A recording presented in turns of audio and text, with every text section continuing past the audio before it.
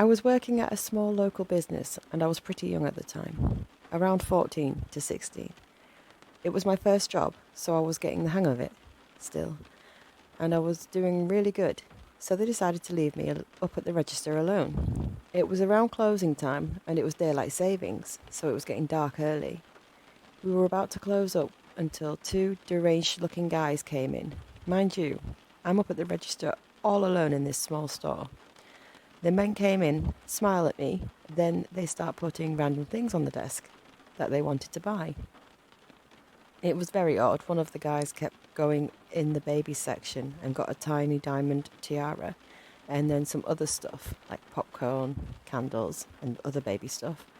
Not to be judgy, but these guys didn't look like they were going to a baby shower or anything.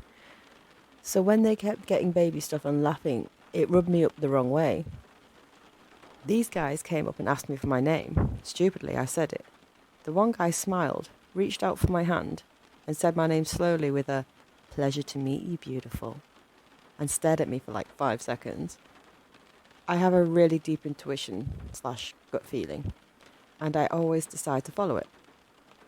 While this one guy was looking at me, the other was just wandering around the store. I was kind of just stuck there by myself.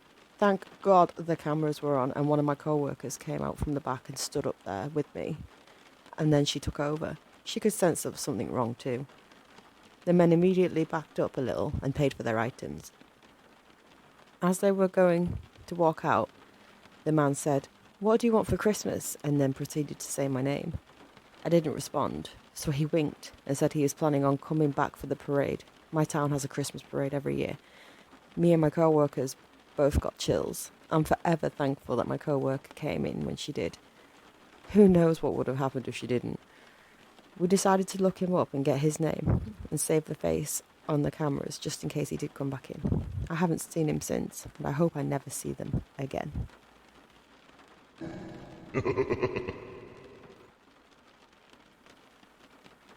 When I was in the 3rd grade, me and my brother, though only 2 grades apart, went to 2 separate schools.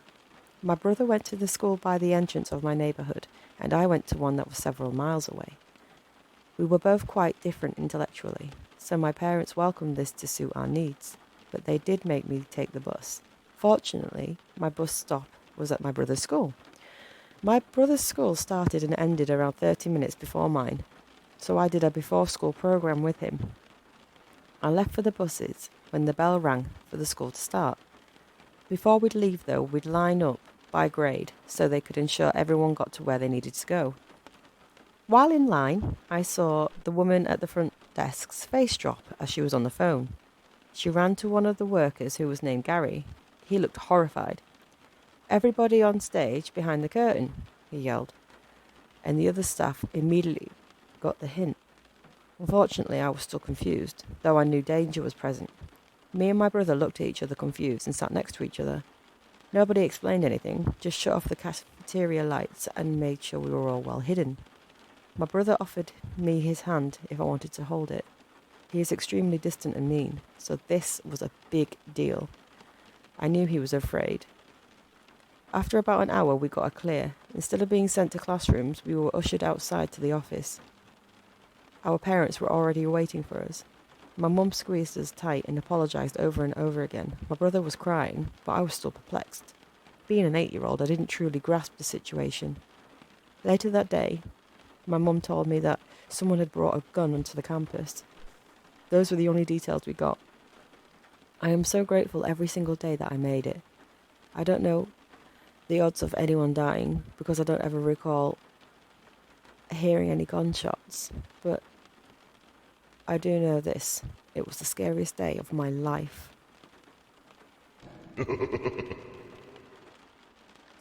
Okay, so when I was younger, I grew up in a funeral home, and I helped out in the office.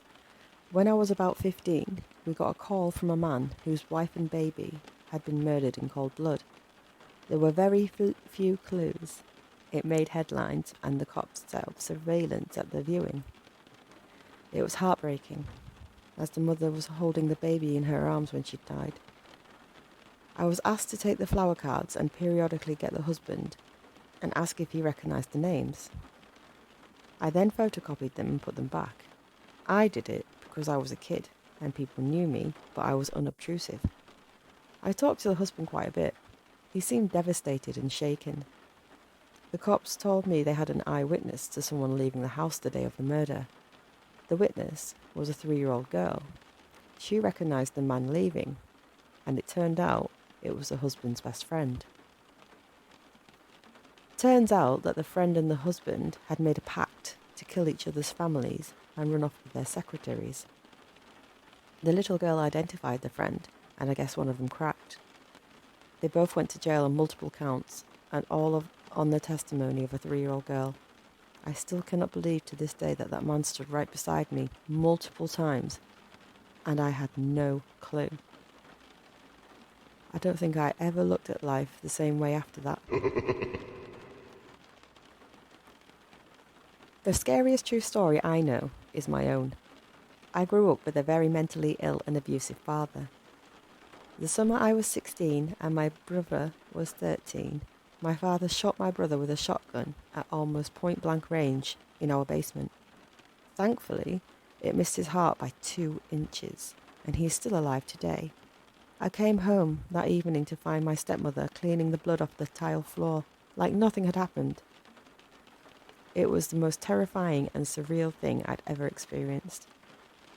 One would believe attempted murder would be enough to terminate custody rights, but alas, the police chalked it up to an accident, and my brother and I were too frightened of our father to say otherwise.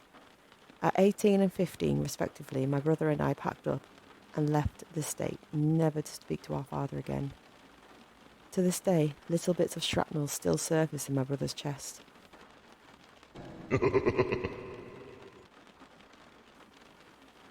I had a guy tell me a story a couple of decades ago about how he was hiking in an area in South America and wandered away from the other hikers in the area. The ground was wet, and without warning, it gave way, and he got stuck into a fast-moving underground river, pitch black, completely submerged and at the mercy of the current as it buffeted him against the sides of the tunnel. After some time, the current subsided, and he realised he was in a large pocket, still pitch black and submerged. He said that even as he struggled to hold his breath, he didn't panic and realised that the water had to keep moving somewhere. So he moved around until he found another tunnel that sucked him in. At one point, he began to see light, so he punched upwards, broke through the ground, and pulled himself out, soaking wet, gasping for air, and a bit of a distance away from the other dry hikers, who were somewhat bewildered when they saw him straggling up to them.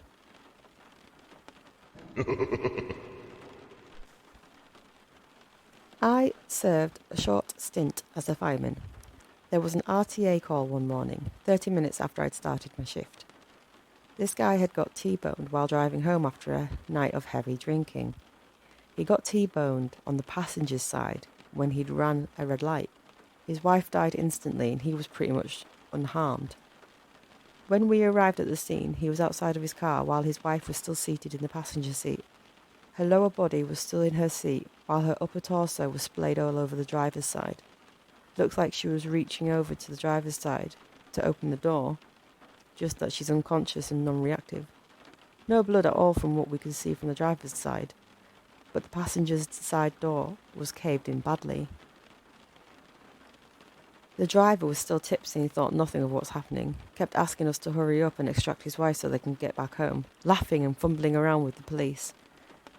When the paramedics realised that there was no pulse, we tried extracting her from the driver's side, and we realised that her lower left body, her left pelvis to her thigh, was completely crushed, and she was impaled through her left abdomen by a piece of the door.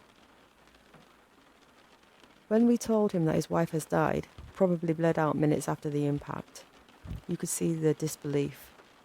Stop kidding me. Slowly morphing into the realisation, then ended up as desperation. He was immediately sober and ran over to the driver's side, tried to pull his wife out, tore her wound up, and we had to drag him out. He then proceeded to the passenger's side and tried to pry the cave door open. We left the scene then, and the police handled the aftermath. We saw it on the news that afternoon.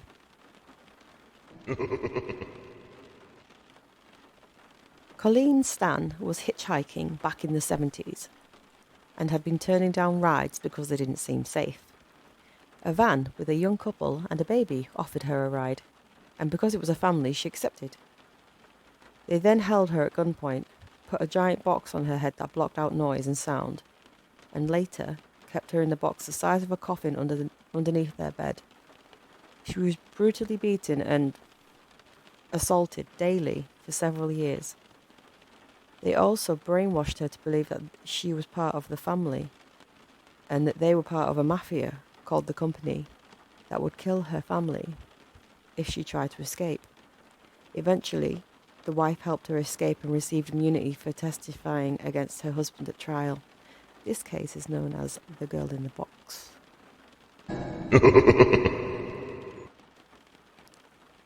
When I was 10, I regularly attended a choir club for kids. One day I was picked up by my dad to drive me home. I was confused about it, as it was always my mum who did, but didn't think that much of it until we were halfway through the drive. My dad began to mumble about how sorry he was and how I would never see him again. More than a bit frightened and confused at that point, I kept asking what he meant, but he wouldn't say. When we got home, he wouldn't leave the car and instead urged me to get out. Finally, he told me I would not see him again because he will be dead very soon for what he did and that the police would answer me. After he practically kicked me out of the car, I rushed home, but no one was there. I opened the door and found a puddle of blood on the floor. The police were nearby and explained this is what had happened. My dad was obsessively jealous and had found a pack of old condoms in the cupboard, so he drew to the conclusion that my mum had cheated on him. Never mind the fact that they only recently just moved into this apartment and they could have been left by the previous tenants, or the fact that he controlled my mum's very step and never let her go anywhere alone. The police took me to the hospital where my mum was luckily alive and still being treated. My dad had smashed her skull with a full bottle of wine. The only reason she survived was because my little brother, who was 7 at the time, intervened. If it wasn't for him, my dad would have killed my mum in a fit of jealousy. When he said that I would not see him again, he meant that he had planned on killing himself shortly after dropping me off. He didn't succeed, and the police managed to get him into a mental ward. This, to date, is the scariest thing that's ever happened to me. But I keep thinking of my brother all the time. To witness your own mum being beaten half dead by your dad. We both suffered extreme mental trauma from this event. But somehow, we turned into decent people. I never really told him how grateful I am that he was there, but I think that I really, really should.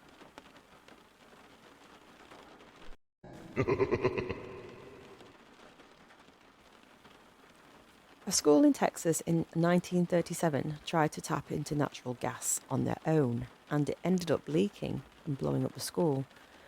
It's the reason they make natural gas scented in Texas, and probably the US now. I'm amazed I never heard of this in school because it seems like something that should be taught.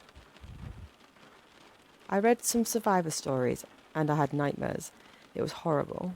3 in particular stuck with me.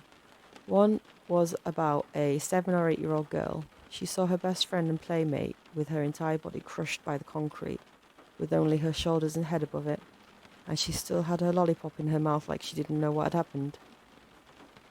Another was a guy I think was 16 or 17 years old, helping undead people and bring them out of the wreckage. He saw a dad holding his daughter crying his eyes out while the back of the girl's head was broken open with her brain on the ground next to her. The last was a 9-ish-year-old girl who went to find her mum after it had happened. There was a PTA meeting going on at the time, so there were a lot of parents on the scene. Her mother was freaking out trying to find her, but she didn't even recognise her. She went up to her mum and called out to her, but she just kept saying, "You're not my daughter. You're not my daughter." She was so covered in blood and ash and tears that her own mother couldn't recognise her. It was a truly horrific thing.